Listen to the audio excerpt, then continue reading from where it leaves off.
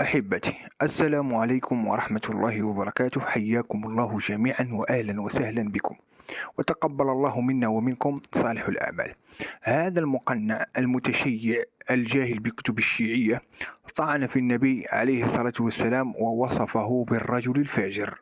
نسمع ماذا قال ثم سنرد عليه من كتب الشيعة.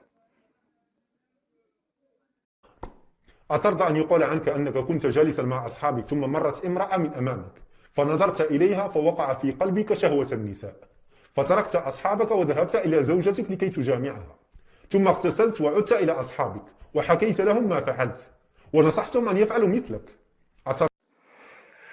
يا جويل، هذه الرواية وهذا الوصف موجود في كتبك.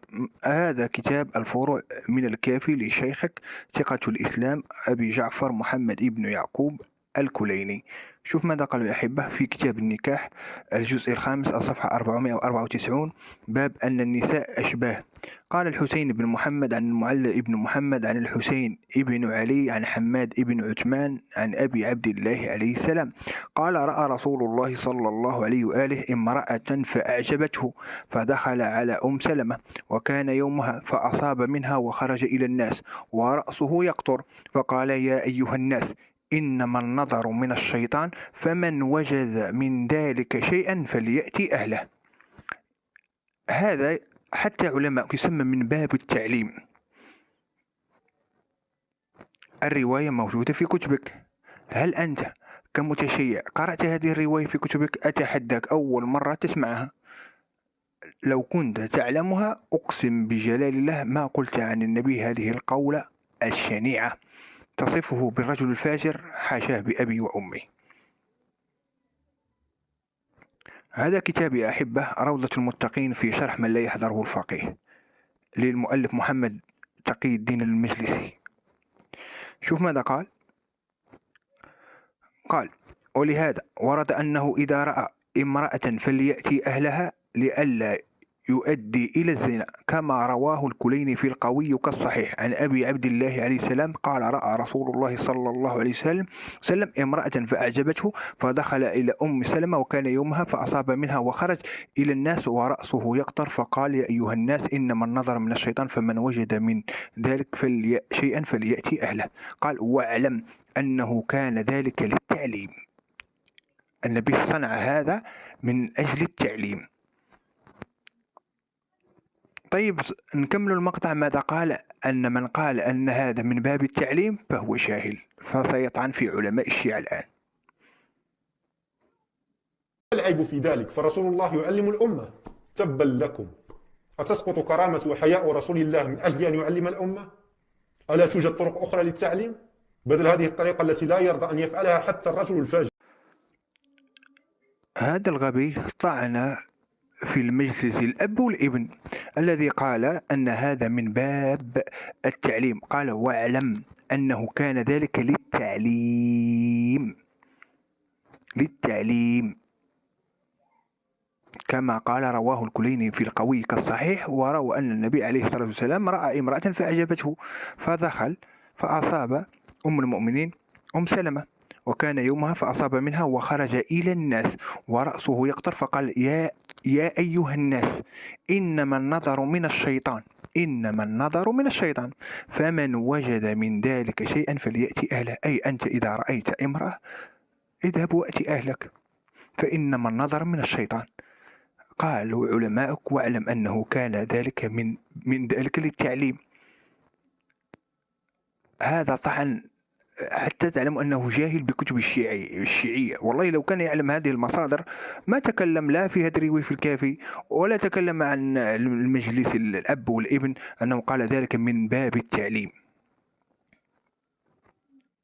هذا كتاب بحار الأنوار لما روى الرواية قال: الحسين بن محمد عن المعلى بن محمد عن الحسين بن علي عن حماد بن عثمان عن أبي عبد الله عليه السلام قال: رأى رسول الله صلى الله عليه وسلم امرأة فأعجبته، فدخل على سلمة وكان يومها، فأصاب منها وخرج إلى الناس ورأسه يقطر، فقال: أيها الناس، إنما النظر من الشيطان، فمن وجد من ذلك شيئا فليأتي أهله. بيان لعله عليه الصلاة والسلام إنما فعل ذلك والأظهر للتعليم غيره. هذا يطعن ويقول: تبا للمجلس الابن والأب. الأب والابن تبا لكم يا شيعة. هؤلاء هم مستوى المتشيعين. هذا يهدم التشيع أصلا لأنه جاهل وأول مرة يسمع هذه الرواية، يظن أنها موجودة في كتب السنة وغير موجودة في كتب الشيعة، فهو أراد أن يطعن في كتب السنة فطعن في كتبه، وفي أصح كتاب عنده وهو الكافي لمحمد ابن يعقوب الكليني، وطعن من صحح الرواية ومن قالوا هذا من باب التعليم. فأنا أقول لك يا ذو الحمار، تبا لمحمد ابن يعقوب الكليني بحسب قولك، وتبا للمجلس الأب، وتبا للمجلس الابن. فأنت سببت علمائك والرواية موجودة في كتبك، وهذا قول للمعصوم، فأنت أيضا تقول تبا لك يا معصوم. الآن نسمعكم كلامه كله حتى لا يخرج عندي شيعي ويقول هذه. هو الآن أراد أن يطعن في كتب السنة فاستخرجنا له رواية صحيحة، وقالوا علماءكم هذا من باب التعليم، كما قال المجلسي الابن قال بيان لعله صلى الله عليه وسلم إنما فعل ذلك والأظهر لتعليم غيره. حتى نبين لكم أن المتشيعين جهل بكتب الشيعة، دخلوا إلى دين أقسم بجلال لا يفقهون فيه شيئا. هم دينهم قائم على شبهة، وأي شبهة تأتون بها موجود الرد في كتبكم. وكم من محاور حفظه الله يقول لك الشيعي يسأل وكتبه تجيب، وكتبه تجيب، يعني كتبك تجيب.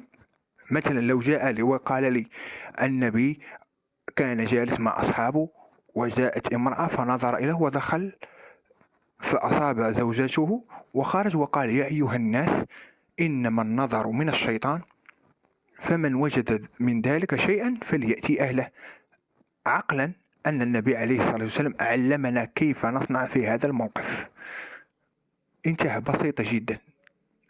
ولكن لما تتجرأ وتبقى تبا، إذا أنت تقول تبا للمعصوم، وتبا لمحمد ابن يعقوب الكليني، وتبا لمشايخ الكليني الذي روى عنهم، وتبا للمجلس الأب الذي صحح الرواية وقال لعل هذا من باب التعليم، وتبا للمجلس الابن الذي قال بيان لعله عليه الصلاة والسلام إنما فعل ذلك والأظهر تعليم غيره. جهل. دينكم قائم على شبهة، دينكم قائم على شبهة. أخذناه من لسانه وأردنا لكم الوثائق، فمن سيرد يحاججه. قل اذهبوا إليه وقولوا له لماذا نعت النبي الشيعة بالرجل الفاجر، وحشاه بأبي وأمي. أنك كنت جالسا مع أصحابك ثم مرت امرأة من أمامك فنظرت إليها فوقع في قلبك شهوة النساء، فتركت أصحابك وذهبت إلى زوجتك لكي تجامعها، ثم اغتسلت وعدت إلى أصحابك وحكيت لهم ما فعلت ونصحتهم أن يفعلوا مثلك. أترضى بهذا؟ قد يقول قائل وما العيب في ذلك، فرسول الله يعلم الأمة. تبا لكم. أتسقط كرامة وحياء رسول الله من أجل أن يعلم الأمة؟ ألا توجد طرق أخرى للتعليم بدل هذه الطريقة التي لا يرضى أن يفعلها حتى الرجل الفاجر؟